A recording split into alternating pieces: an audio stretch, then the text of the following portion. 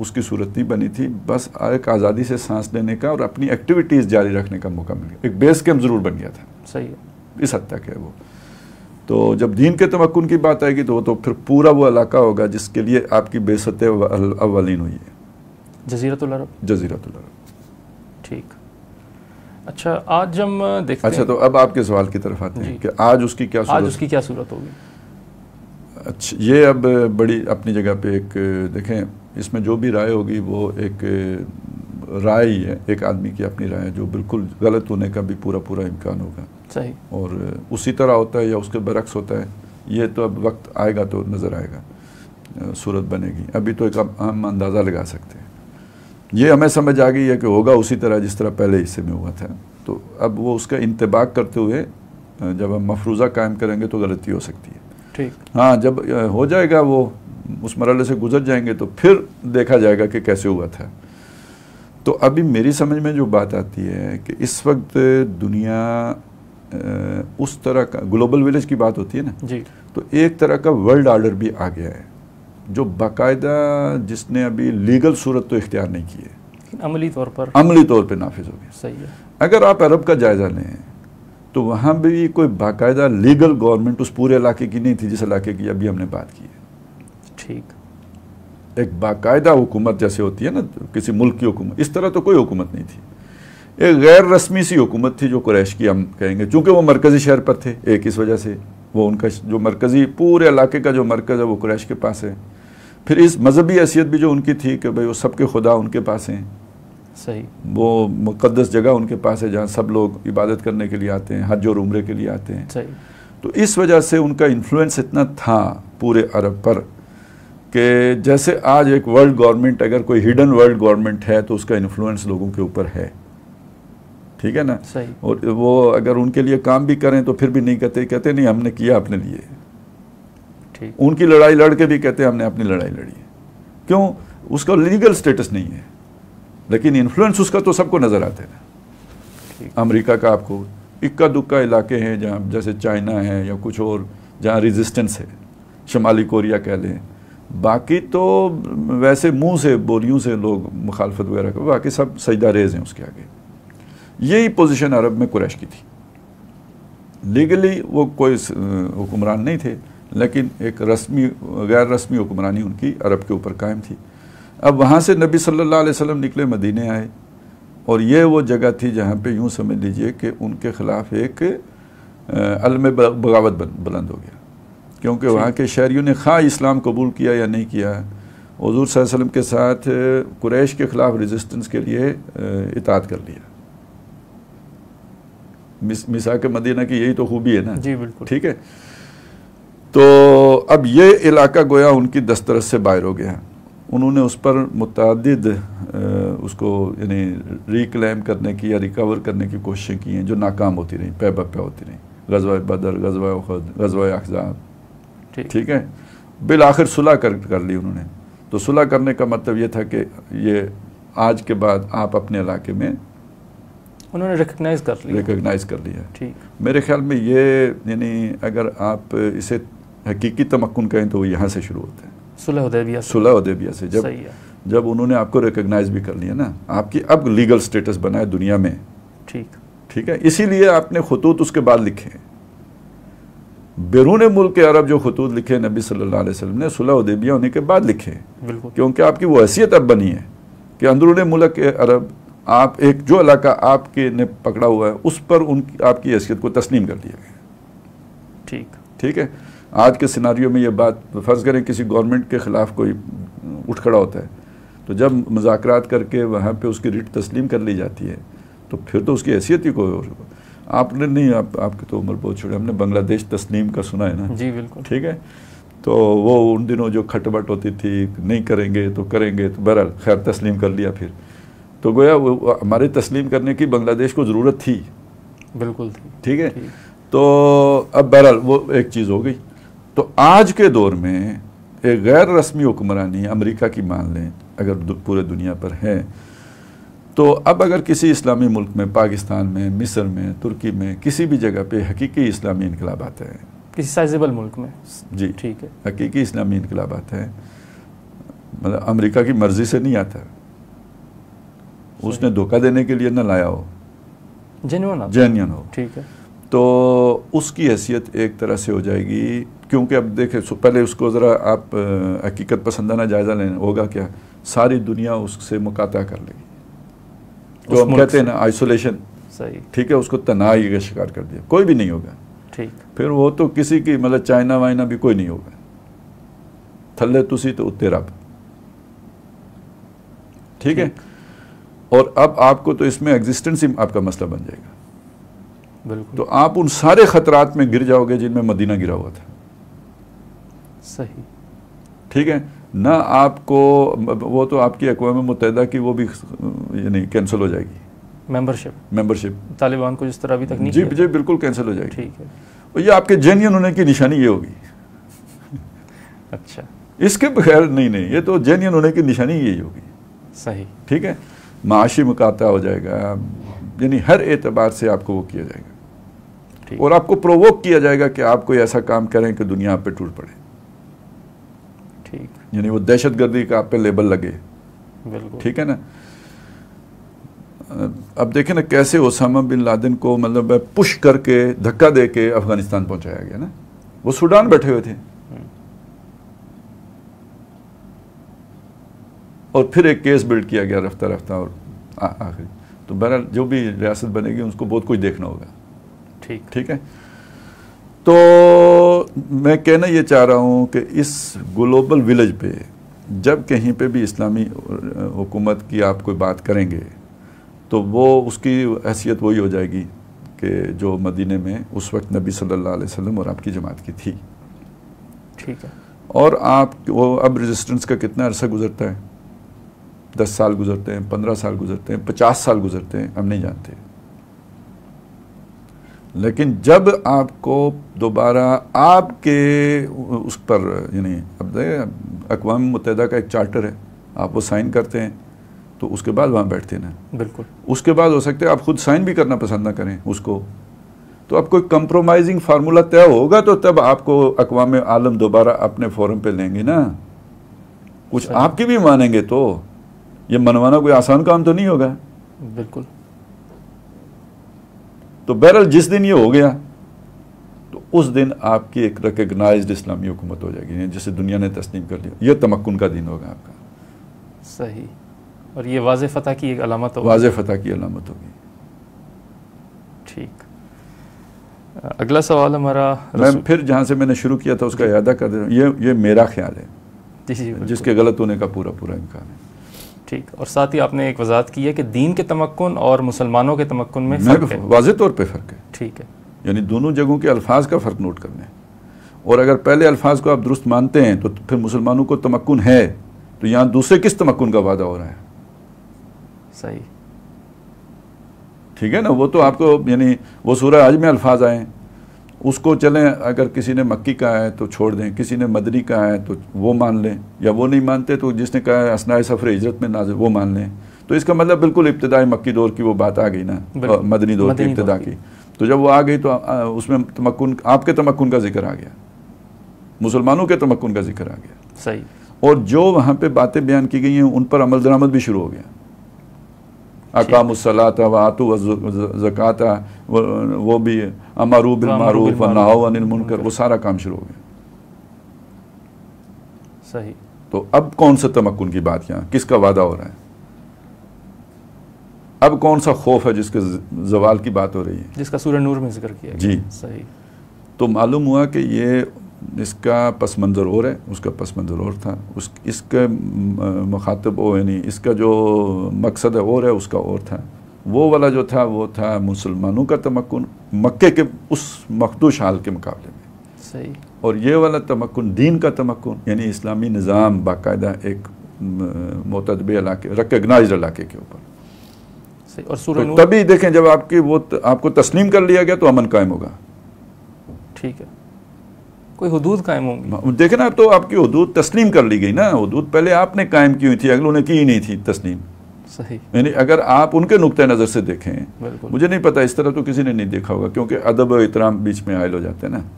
اگر آپ مشرکین کے نقطۂ نظر سے دیکھیں تو وہ آپ ایک باغی ہیں، بالکل. تو انہوں نے تو آپ کی بغاوت کو فروغ کرنا ہے، جیسے آج گورنمنٹ کسی ایسے گروہ کے خلاف قدم اٹھاتی ہے. تو جب تک آپ کی اس حیثیت کو وہ اپنے ذہن میں تبدیل کر کے آپ کے ساتھ کوئی معاہدہ نہیں کرتے اور آپ کی یعنی ریزسٹنس ختم نہیں ہوتی یا گورنمنٹ کی طرف سے آپ پر یلغار نہیں ختم ہوتی، تو اس وقت تک آپ کو امن تو نصیب نہیں ہے نا. ظاہر بات. تو یہاں پہ وہی 3 باتیں کی گئی ہیں. تمہیں استخلاف فی الارض دے گا، تمکن دین کو دے گا، اور خوف کو امن سے تبدیل کر دے گا. صحیح ہے. اگلا سوال خالد صاحب رسولوں کی بعثت کے حوالے سے ہے کہ جب بھی کسی قوم میں رسول بھیجے گئے تو قوم کے لوگوں نے یا ان کے جو ملائے قوم ہیں انہوں نے ایک اعتراض کیا کہ یہ کیسا رسول ہے جو کہ کھاتا بھی ہے، بازاروں میں چلتا بھی ہے، ہماری طرح کا انسان ہے. تو اب سوال اس میں یہ ہے کہ انسان یہ تصور کیوں کرتا ہے کہ میرے یعنی اسی نوع کا کوئی انسان جو ہے وہ مقام رسالت پر فائز نہیں ہو سکتا، بلکہ کوئی اس کے لیے ایک غیر معمولی مخلوق آئے اور وہ ہمیں آ کر ہدایت کا علم دے. اصل میں دیکھیں، یہ ویسے اپنی جگہ پہ اہم بات ہے، اس پہ غور شاید لوگ اس طرح نہیں کرتے. یہ انسانی ذہن اس بات کو قبول کرنے کے لیے تیار نہیں ہوتا کہ کسی انسان پر اس طرح، دیکھیں وہی خود ایک غیر معمولی بات ہے. بالکل. کسی انسان پر وہی ہونا، یعنی جیسے اسے ایمان بالغیب کے ساتھ کیوں جوڑا گیا ہے وہی کو. اب کتنی بڑی بات ہے، آپ اللہ پر ایمان لے آتے ہیں جس کو نہ کبھی دیکھا ہے نہ کچھ، آپ نے کبھی کوئی نہیں پتا آپ کو. صحیح. آخرت پر آپ ایمان لے آتے ہیں. کس نے قبر میں کیا دیکھا ہے؟ کچھ نہیں. آپ ایمان لے آتے ہیں، اس کے ساتھ جوڑ کے رکھا ہے ایمان بالرسالت کو. تو یہ غیر معمولی بات ہے. اچھا، اب مسئلہ کیا ہوتا ہے کہ دیکھیں ایمان باللہ کی کوئی نہ کوئی جڑیں تو آپ کے فطرت میں موجود ہیں. بالکل. ٹھیک ہے، تو جس کی فطرت سلیم ہوگی اس کو آپ کی بات اپیل کر جائے گی، سمجھ آئے نہ آئے وہ اسے مان لے گا. ٹھیک ہے، عدل کی جڑیں بھی آپ کے اندر موجود ہیں، فطرت میں موجود ہیں، لہذا آخرت کی بات بھی مان لیں گے. یہ فطرت کی تو شے نہیں ہے نا کہ اللہ کا پیغام آپ کے پاس ہے. غیر معمولی ہونے کے حوالے سے ان کے ساتھ جوڑ کے رکھا ہے. تو اس وجہ سے ایک بڑا بودھ پیدا ہو جاتا ہے سوچ میں کہ بھئی اللہ کا پیغام ایک آدمی کے پاس ہے جو کہ ہمارے جیسا ہے. جو ہمارے جیسا ہے. پھر دوسرا بڑا مغالطہ انہیں یہ لگ جاتا ہے یار کہ اللہ تعالیٰ نے انعامات اور احسانات جن کو ہم انعام اور احسان سمجھتے ہیں وہ تو ہمارے اوپر کیے ہوئے ہیں. سرداری ہمیں دی ہوئی ہے، مال و دولت ہمیں دیا ہوا ہے، بیویاں کئی دی ہوئی ہیں. تو اگر اللہ نے کوئی سلسلہ ایسا بھی شروع کرنا ہوتا تو ہم میں سے کسی کو بناتا. جیسے وہ جب بنی اسرائیل نے کہا تھا نا، ملا القوم نے حضرت سموئیل جو تھے ان سے کہ بھئی ہمارے لیے کوئی سپہ سالار بنائیں. صحیح. تو انہوں نے کہا کہ اللہ نے طالوت کو آپ کے لیے سپہ سالار بنایا. ٹھیک. تو پہلا اعتراض ان کا پھر یہ آیا کہ انا لہ الملک علینا. تو یہ علینا کون ہے؟ یہ پورے بنی اسرائیل نہیں ہے، ملا قوم، ملا القوم ہے. صحیح. تو یہ جو ملا القوم ہے، یہ پہلی بات تو خیر ویسے انسانی ذہن سے وہ بات ذرا اترنی اتنی آسان نہیں ہے کہ کوئی پیغام اللہ کی طرف سے ایک انسان پر آئے. اوپر سے یہ بات کہ ملا القوم میں سے نہ ہو وہ، تو باقی لوگوں کے لیے تو پھر چلیں ایک ہی بیریئر ہے، ان کے لیے دوہرا بیریئر ہو جاتا ہے. صحیح. تو اسی وجہ سے زیادہ تر انہی کی طرف سے پھر اعتراض یہ اٹھا ہے کہ بھئی اللہ کی طرف سے یہ پیغام کیوں. تو وہ اصل میں لوگوں کے بھی اس جو ذہنی بود ہوتا ہے اس کو ایکسپلائٹ کر رہے ہوتے ہیں. ہو سکتا ہے یہ سمجھ بھی چکے ہوں لیکن اس چیز کو یہ ایکسپلائٹ کر رہے ہوتے ہیں. صحیح. کیونکہ اصل میں تو ان کے مفاد پہ ضرب پڑ رہی ہوتی ہے نا. وہ جو عدل کی بات کر رہا ہوتا ہے تو اس سے ان کی سرداریاں جانے کا خطرہ ہوتا ہے. تو وہ پھر کھیلتے ہیں لوگوں کی اس جو بھی ایک بود محسوس کرتے ہیں اس نبوت کے سلسلے سے یا رسالت کے سلسلے سے. اچھا، یہ بود اتنا ہے نا، یعنی آج بھی آپ اگر دیکھیں تو کتنے لوگ ہیں کہ جو اس مغالطے میں آج بھی مبتلا ہیں کہ انسانوں میں سے رسول نہیں ہو سکتا. وہ کیسے؟ جب وہ یہ کہتے ہیں کہ نبی جو ہے وہ بشر نہیں تھے. اچھا، یہ بھی اسی کی ایک ظاہر ہے خفیف سی صورت ہے. خفیف کیوں؟ بالکل واضح صورت ہے اس کی کہ جو انسانی ذہن اس میں ذرا تھوڑا وہ کرتا ہے نا تو یہ اس کا نتیجہ نکلتا ہے. تو اب آج کسی کو یہ باور کرا دینا تو بہت آسان ہے کہ ان کا سایہ نہیں تھا، انہوں نے ساری زندگی 2 روٹیاں کھائی ہیں یا اس طرح کی چیزیں جو لوگ کرتے ہیں. تو جن کے بیچ میں رہتے تھے ان کے لیے ان کو تو یہ آپ نہیں سنا سکتے تھے. بالکل ان کے ساتھ شب و روز گزرتے تھے, وہیں پروان چڑھے, پرورش پائی, سب ان کے سامنے ہے. تو پھر ایک رسول کا معاملہ نہیں ہے, سب کے ساتھ یہ بات ہوئی. ٹھیک. خالد صاحب آگے سورہ فرقان میں اللہ نے فرمایا کہ وقال الرسول یا ربی ان قوم اتخذوا هذا القرآن مہجورا, کہ رسول کہیں گے یا انہوں نے کہا کہ میری قوم نے قرآن کو چھوڑ دیا, ترک کر دیا. تو اس کا ایک معنی تو چلیں قریش مکہ کے حوالے سے لیا جاتا ہے کہ انہوں نے قرآن کو وہ اہمیت نہیں دی یا اس پر کان نہیں دھرا. امت مسلمہ کے حوالے سے اس آیہ مبارکہ کی کیا ریلیونس ہے؟ ویسے جب یعنی جو اس کا کانٹیکسٹ ہے وہ تو یہی ہے نا, میری قوم سے مراد قریش نے, ٹھیک ہے, کہ انہوں نے اس کو, میں بھی مکی, تو وہی ہیں اس سے مراد کہ انہوں نے اس سے دوری اختیار کر لی. اور نزول کے وقت یقیناً جو مسلمان تھے انہوں نے دوری بھی نہیں اختیار کی ہوئی تھی. صحیح, ٹھیک ہے, ان کے بارے میں تو یہ ہو ہی نہیں سکتا نا. تو اسی لیے وہ جو ہے نا بڑا اچھا نقطہ اٹھایا ہے شبیر احمد عثمانی رحمۃ اللہ علیہ نے, کہ اگرچہ آیت میں مذکور کافروں کا ہے, جی ٹھیک ہے, تو پھر اس کے بعد انہوں نے کہا کہ جو مسلمان بھی ہو کے اس مطلب جو اس کی تصدیق نہ کرے یا جو اس پر ایمان نہ وہ جو ہے نا جو اس کے مطابق عمل نہ کرے, اس کی تلاوت نہ کرے, وہ پھر انہوں نے وہ سارے لکھ کے نا, تو اس میں آخر میں کنکلوڈ اس پہ کیا کہ درجہ بدرجہ ہجران قرآن میں داخل ہے مسلمان بھی. صحیح. تو یعنی وہ استغاثہ بیسیکلی تو کافروں کے خلاف ہی ہے. ٹھیک. لیکن جیسے اسی اور بھی روایات سے معلوم ہوتا ہے القرآن حجت اللہ کا علیہ کا, یہ قرآن یا آپ کے حق میں شہادت دے گا یا آپ کے خلاف گواہی دے گا.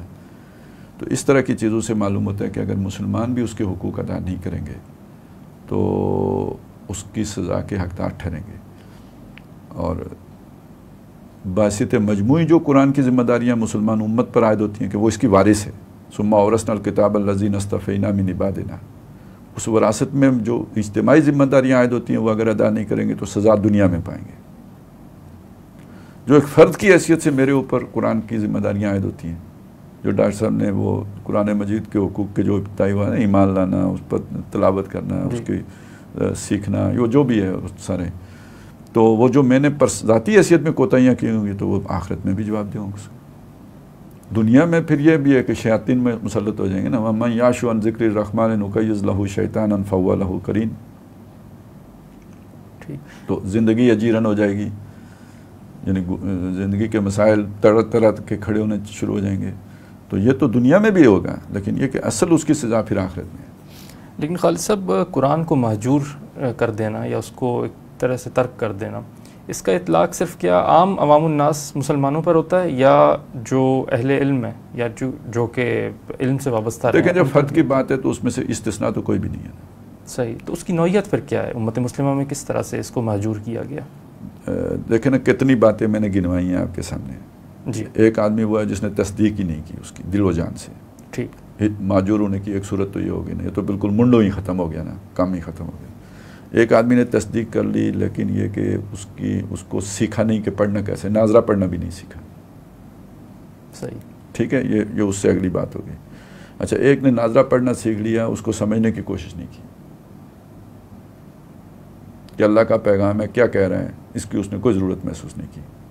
یہ بھی تو ایک ہو گیا نا. بالکل. اس سے اگلی بات پہ جانے, اس نے سمجھ لیا, اس پر عمل کرنے کی کوشش نہیں کی, یہ بھی اجرانی میں داخل ہوگا نا. صحیح. اسی معجور کرنے میں ہی داخل ہوگا. اس کو آگے نہیں پہنچایا, بلغوا انی ولو آیۃ. ٹھیک ہے. ٹھیک. اور آخری درجہ اس کا یہ بھی ہے کہ بھئی آپ نے آخر حضور نے اس پر عمل درآمد کیسے کرائے ہیں, قائم کرنا. جیسے اہل تورات کو کہا نا, لستم علی شیء حتی تقیموا التوراۃ والانجیل وما انزل الیکم من ربکم. ٹھیک. تو اب یہاں سے لے کے تو یہاں سے ادھر بھی آ گیا ہے. تو میرا نہیں خیال کہ کوئی بندہ اس سے باہر رہ جاتا ہے. صحیح. اگر آپ کا اشارہ علماء کی طرف تھا تو ان سے تو پھر اگلی بات بھی پوچھی جائے گی نا کہ بھئی جو امر بالمعروف اور نہی عن المنکر کی ذمہ داری آپ پر اضافی عائد ہوتی تھی. لولا ینہاہم الربانیون والاخبار عن قولہم الاسم واکلہم السخط, اس کو آپ نے کتنا ادا کیا ہے. آپ نے حکمرانوں کو ان کی ذمہ داریاں کتنی یاد دلائی ہیں بانداز موسیٰ علیہ السلام. بانداز موسیٰ علیہ السلام. من من کر کے تو نہیں ادا ہوتی.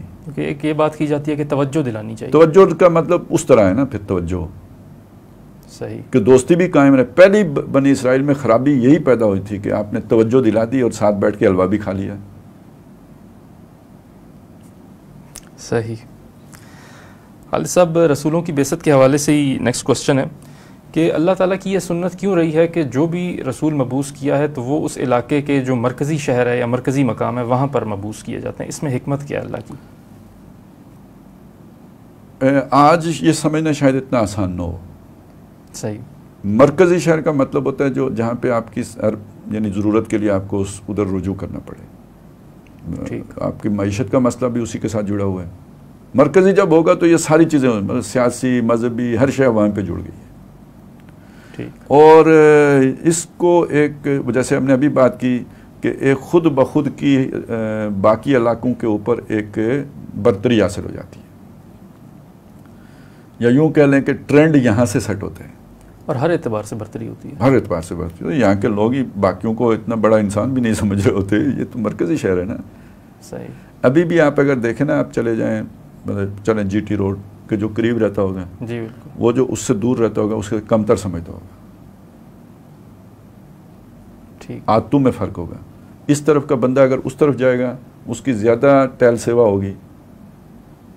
ادھر کا بندہ ادھر آئے گا کیونکہ وہ تم تو راستہ ہی یہی ہے نا. جی. تو وہ بیچارہ پانی مانگے گا تو کوئی دے گا، پوچھے گا مشکل ہی سے کوئی. لیکن یہ جب کبھی اس نے تو کبھی کبھی جانا ہے ادھر، اس کا کام ہی نہیں ہے ادھر، تو اس کی تو آؤ بھگت ہوگی. صحیح. ہر علاقے میں آج بھی آپ یہ دیکھیں کہ جو مرکز کے قریب علاقہ ہوگا ان لوگوں کی عادتیں اور ہوں گی، جو مرکز سے دور کا علاقہ ہوگا ان کی عادتیں اور ہوں گی. تعلیم میں بھی فرق ہوگا. ان میں آپ کو سویلائزیشن زیادہ نظر، مرکز ہے نا، یہاں پہ ہر طرح کا بندہ آتا ہے.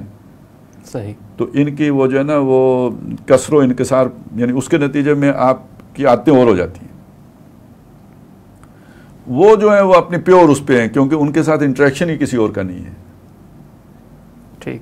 تو اب آپ نے رسول اگر کسی دور دراز بستی میں بھیج دیا تو مرکز میں تو اس کا انفلوئنس ہی نہیں ہوگا، جبکہ مرکز کا انفلوئنس ہر جگہ پہ ہوتا ہے. اور یہ وہی ترتیب ہے جو ہم نے پہلے بھی دیکھی تھی کہ جس میں یہ آیا تھا نا کہ بجائے اس کے کہ آپ جاؤ لوگوں کے پاس، لوگ آئیں آپ کے پاس اور آپ کے سیکھ کے جا کے پھر اپنے لوگوں کو خبردار کریں. ٹھیک ہے.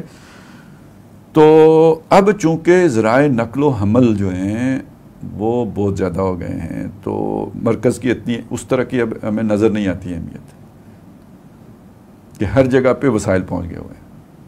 اب لوگ اتنا موو نہیں کرتے مرکز کی طرف، وہ چیزیں ان کے پاس پہنچ جاتی ہیں، لیکن پھر بھی مزدوری کے لیے، معاش کے لیے مرکز کی طرف آنا پڑتا ہے. اب بھی دیکھیں کتنا بڑا تعداد ہے جو دیہات سے نکل کے شہروں میں آ کے شفٹ مطلب رہائش اختیار کر رہی ہوتی ہے.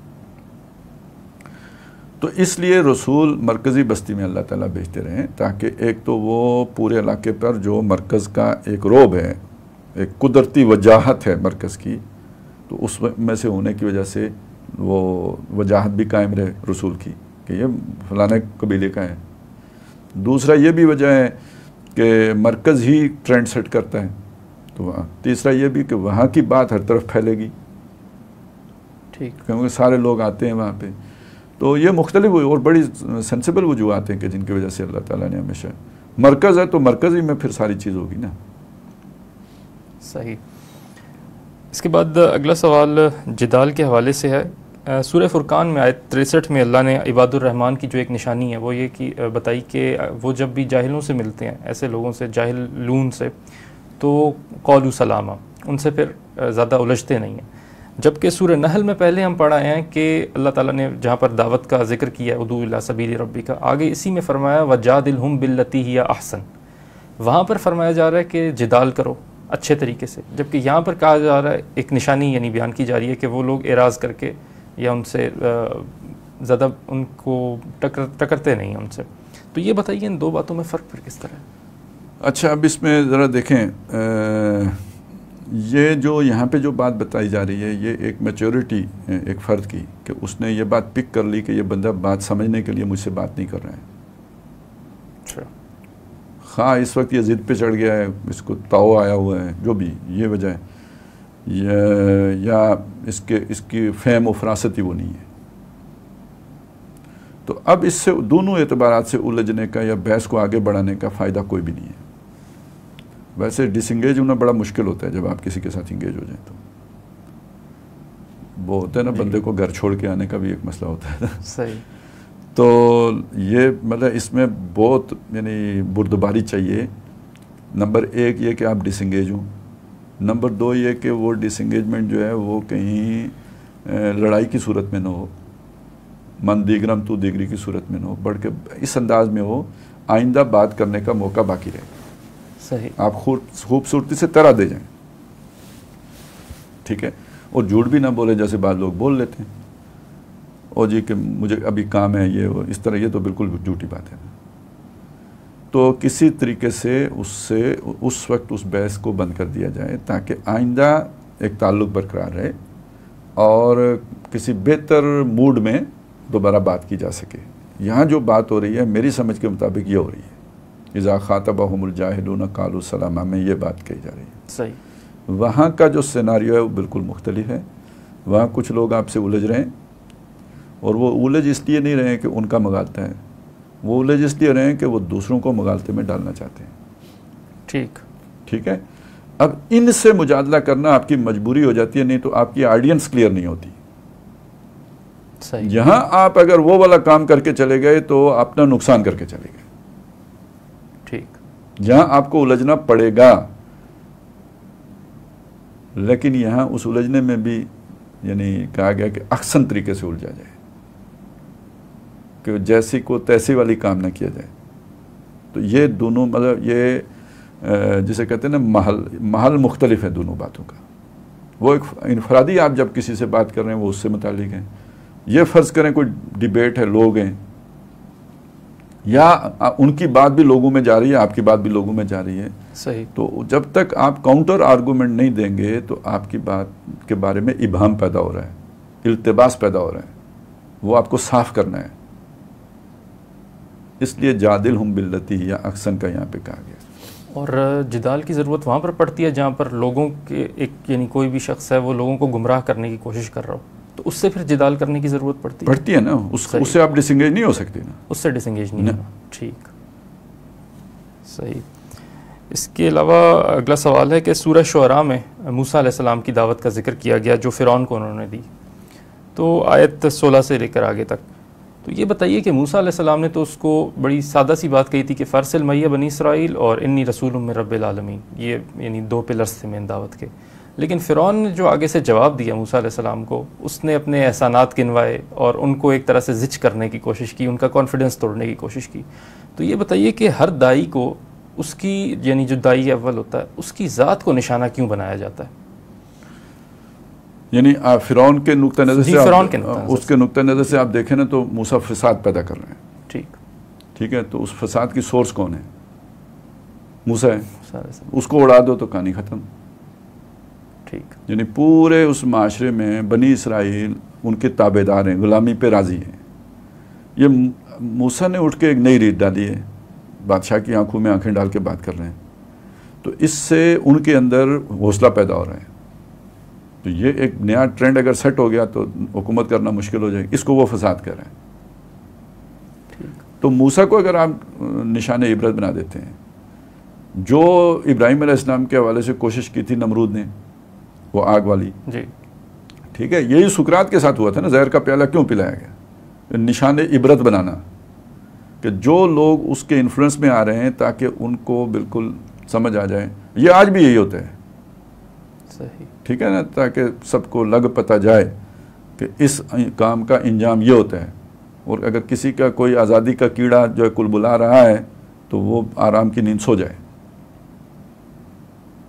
تو اس کے لیے ظاہر ہے وہ جو دائی اول ہے، جو جس بندے نے آ کے یہ حرکت پیدا کی ہے، جس نے اس جو ہے تالاب کے اندر جو ہے کنکر مارا ہے، اسی کو فوکس کیا جائے گا.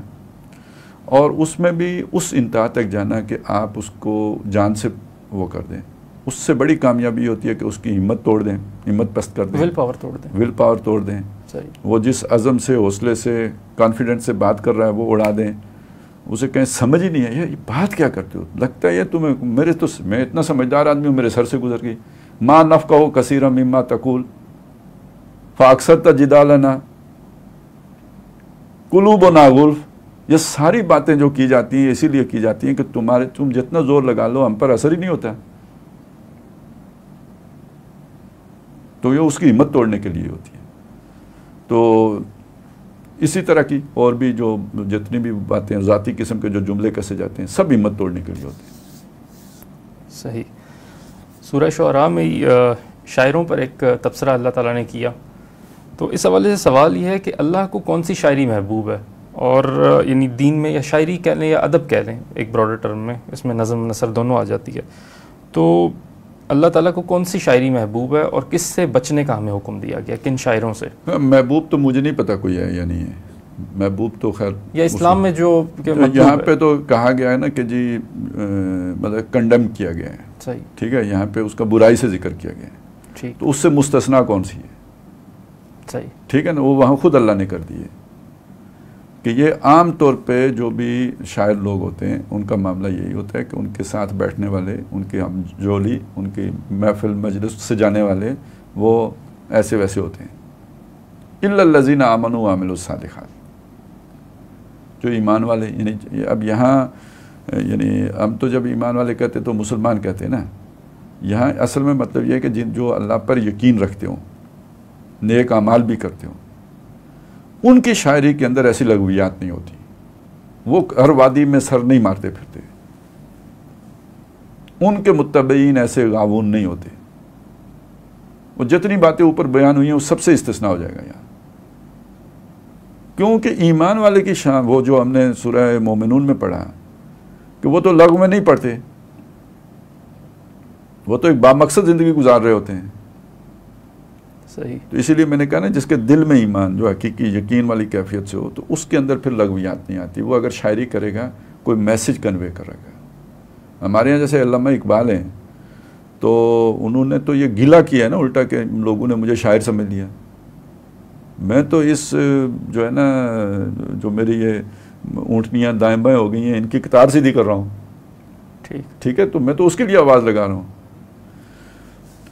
تو بہرحال کلام کا مؤثر ہونا آپ کی تبلیغ کے لیے، خواہ آپ نثر میں کہیں یا شاعری میں کریں، اچھی زبان کا ہونا ضرورت ہے تاثیر اس میں پیدا کرنے کے لیے. تو اصل میں تو اس کو جو ہے نا اس کا تعین ہوگا کہ وہ کسی بامقصد کام کے لیے آپ نے وہ نثر یا شاعری تخلیق کی ہے، یا بس محض داد تحسین وصول کرنے کے لیے کی ہے، یا اپنی ذہنی عیاشی کے لیے. وہ تو وہی ہوتی ہے نا، ذہنی تسکین یا عیاشی ایک ہی بات ہو جائے گی. ٹھیک. جو آپ کا ایک ہے پریز کرانے کی جو خواہش، تو وہ اس سے آپ وہ حاصل کرنا چاہتے ہیں. تو اس میں تو پھر یہ ہے کہ آپ وہ کسی نے مجلس لگائی اور لوگ نہیں روئے تو آخر میں اس نے ان کو رلانے کے لیے وہ کہا کہ وہ ان کا تو نسوار بھی بند کر دیا تھا. تو پھر آپ ہر جگہ گھوڑا دوڑائیں گے اپنا خیال کا تاکہ لوگوں کو اٹریکٹ کر سکیں. صحیح. تو لیکن اس میں آپ ہو سکتا ہے پوری رات بیٹھ کے لوگ آپ کی بات سنتے رہے ہوں، لیکن صبح اٹھ کے جائیں گے تو ان پر اثر تو کوئی بھی نہیں ہے، جیسے آئے تھے ویسے چلے گئے. ٹھیک. جبکہ آپ نے اگر کوئی بات سمجھائی ہے تو پھر یہ ہے کہ جب آیا تو اس کا علم کم تھا، جب گیا تو وہ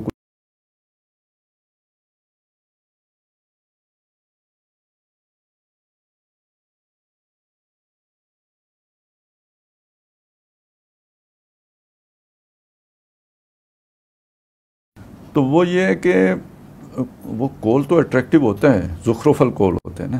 صحیح. بے مقصد ہوتے ہیں بس. ٹھیک. اس سے آپ کو کچھ ملتا کچھ بھی نہیں. اور یہ بھی جو نبی صلی اللہ علیہ وسلم نے بتایا کہ بعض شعر اور بعض بیان جادو ہوتے ہیں. اس کا مثبت معنی تو وہ لیا جاتا ہے نا کہ جی مطلب ان میں بڑا اثر ہوتا ہے. صحیح. پرتاثیر ہوتے ہیں. یہ مقام یہ بتاتا ہے کہ شیاطین، جیسے ہم نے سورہ انعام وغیرہ میں بھی پڑھا کہ شیاطین مطلب یہ قرآن شیاطین نے اتارتے ہیں جو وہاں پہ لوگ سمجھتے ہیں، اس کی نفی نہیں کی گئی. تو جب ایک کوئی ایسا کلام ہے، خواہ نثر میں ہے یا شاعری کی صورت میں ہے، وہ اگر شیطانوں کا اتارا ہوا ہے، زخرف القول غرورا، وہی شیطانوں کی طرف سے آئی ہوئی ہے، تو جادو ہے.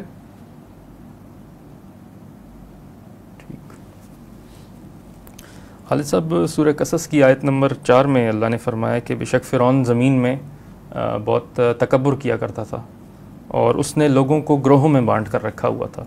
تو کیا اس آیت میں استعمار یا جو کولونیلزم ہے یا کوئی بھی ایک جابر حکومت ہے اس کا پورا فلسفہ بیان کر دیا گیا ہے؟ ڈیوائڈ اینڈ رول جسے ڈیوائڈ اینڈ رول. خیر دیکھیں، ڈیوائڈ اینڈ رول تھوڑا سا اس سے مختلف چیزیں. صحیح. یہ تو یعنی ڈیوائڈ اینڈ رول یہ ہوتا ہے نا کہ جو بھی آپ کے سامنے جو طبقہ ہے اس کو آپس میں ایک نہ ہونے دو، متحد نہ ہونے دو، ان کو تقسیم کر کے رکھو، ان میں ایسے ایشوز آپ ڈالتے رہو کہ وہ آپس میں متحد نہ ہو جائیں. یہاں مسئلہ یہ ہے کہ ایک طبقاتی اس نے صورت پیدا کی ہوئی ہے.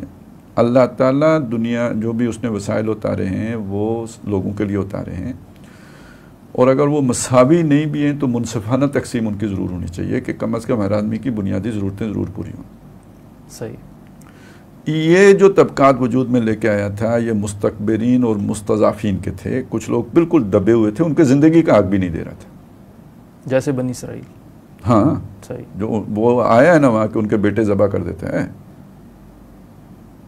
اور دوسروں کے رائٹس اور تھے. مطلب یہ حقوق و فرائض میں اس نے ایک اونچ نیچ پیدا کر دی تھی، جہاں اس چیز کو نمایاں کیا گیا. صحیح. جس پر زیادہ کلام یہ لوگ کرتے ہیں نا اپنے جو کمیونسٹ ہیں، طبقاتی اونچ نیچ، وہ اس نے پیدا کی ہوئی تھی. تو یہ تو اللہ کو نہیں، یہ بھی نہیں پسند ہے. صحیح. ٹھیک ہے. تو کمیونزم کا تو ساری دعوت اسی بنیاد پر تو اس میں اثر پیدا ہوا ہے. ٹھیک ہے. تو یہ ایک باطل شے تھی جو اس نے کی ہوئی تھی. اب آپ سوچیں کہ وہ مطلب بین السطور لگتا ہے نا کہ وہ ان سے ہمیں خطرہ تھا. وہ سورہ شورا وغیرہ میں ہم نے پڑھا کہ ہم ان سے چوکنے تھے، یہاں سے ہمیں خطرہ بھی تھا. ٹھیک ہے. اب اس خطرے سے نمٹنے کے لیے آپ نے اب جو ان کے اندر ڈویژن کرنی ہے، وہ جو آپ نے قارون کھڑا کیا ہے، ظاہر ہے اس کا بھی کوئی گروپ بنایا ہوگا. قارون اکیلے میں تو نہیں کھڑا ہو سکتا، اس کا بھی پورا نیٹ ورکنگ ہوگی نا کوئی. تو کچھ اور بھی ہوگا جو ہمیں نہیں پتا. تو یہ جو آپ ایک دبی ہوئی قوم کو جسے کہتے ہیں نا ڈیوائیڈ کر کے رکھتے ہیں، اس کا کبھی شیرازہ مجتمع نہیں ہونے دیتے، وہ ہے ڈیوائیڈ اینڈ رول کا. رول کو ایک بندہ نہیں کر رہا ہوتا، ایک طبقہ کر رہا ہے. وہاں جس طبقے کو اس نے مستکبرین بنایا تھا وہ رولنگ کلاس ہے. نیچے جو مستضعفین ہیں ان کے اندر وہ ڈیوائیڈ پیدا کر کے رکھیں گے کہ کبھی یہ متحد ہو کے ہمارے خلاف علم بغاوت نہ بند کر دیں. صحیح. تو ڈیوائیڈ اینڈ رول کا تعلق اس کے ساتھ ہے. اور یہ جو وہاں پہ جو جس کا ذکر قرآن نے کیا وہ طبقاتی اونچ نیچ کا معاملہ ہے. صحیح. اگلا سوال ہمارے ایک ویور ہیں عامر عزیز، ان کی طرف سے آیا تمکن کے حوالے سے جو ہم نے بات کی. پوچھتے ہیں کہ کیا افغانستان کے طالبان سے امریکہ اور نیٹو افواج کے مذاکرات دین کے تمکن کی طرف اشارہ نہیں کرتے؟ دیکھیں سوال تو بہت اہم ہے جو بھی ہم نے بحث کی اس میں جی. تو لیکن اس میں ایک بہت بڑا کوسچن مارک ہے کہ مذاکرات کے بعد مطلب دیکھیں صلح حدیبیہ ہوئی جی، آپ نے یہ مان لیا جی آپ ہم سے بندے مانگیں گے ہم دے دیں گے، آپ ہمیں نہیں دیں گے بے شک نہ دیں، بہت کچھ مان لیا. لیکن اللہ کی حدود کے حوالے سے بھی کوئی ایک بات بھی مانی گئی، جو ہمارا علاقہ ہے اس میں ہم یہ کر سکتے ہیں اور یہ نہیں کر سکتے. میری بات سمجھ رہے ہیں آپ؟ پک کر رہے ہیں نا؟ صحیح. تو جب آپ کے وہ مذاکرات کے بعد جو آپ نظام لے کے آئیں گے وہ اگر کمپرومائز نہیں ہوا تو پھر یقینی بات ہے کہ جو وہ کہہ رہے ہیں ٹھیک ہے. یعنی امریکہ اس سے غیر متعلق رہتا ہے؟ امریکہ غیر متعلق نہیں، غیر متعلق کا معنی کوئی اور بھی ہو سکتا. میں جو کہہ رہا ہوں کہ جس کو ہم کہتے ہیں کہ یہ اسلام کا آئیڈیل نظام ہے وہ آپ اپنے علاقے میں نافذ کرنے میں پوری طرح آزاد ہوں. آپ نے کوئی قدغن اس کے معاملے میں قبول نہ کی ہو. صحیح صحیح. ٹھیک ہے نا؟ کوئی پابندی آپ کے اوپر اس حوالے سے ایک بھی نہ ہو تو پھر وہ بات ہو جائے گی کہ تمکن آپ کو حاصل ہو گیا، دنیا نے آپ کو تسلیم کر لیا. وہاں آپ نے اگر کوئی کمپرومائز کر لیا ہے تو پھر یہ ایک اور فریب ہے. آپ نے کھایا ہے یا جو بھی ہے، یا کوئی کھا لے کہ بھئی وہاں پہ تمکن ہو گئے ہیں، یہ تمکن نہیں ہے، یہ دین کا تمکن نہیں ہے. آپ کا تمکن ہو جائے گا، دین کا تمکن نہیں ہے. صحیح. چلیں خالد صاحب، ہمارے پروگرام کا وقت ختم ہو چکا ہے. ناظرین کرام، آج ہمارے پروگرام کا وقت اتنا ہی تھا. کل انشاءاللہ پروگرام تو نہیں ہوگا، جواب نامہ نہیں ہوگا. کل خالد صاحب کا خطبہ جمعہ ہوگا، 1 بجے لائیو نشر کیا جائے گا شعبان المسلمین کے تمام پیجز پر. تو تب تک کے لیے ہمیں دیجیے اجازت. اللہ حافظ و ناصر.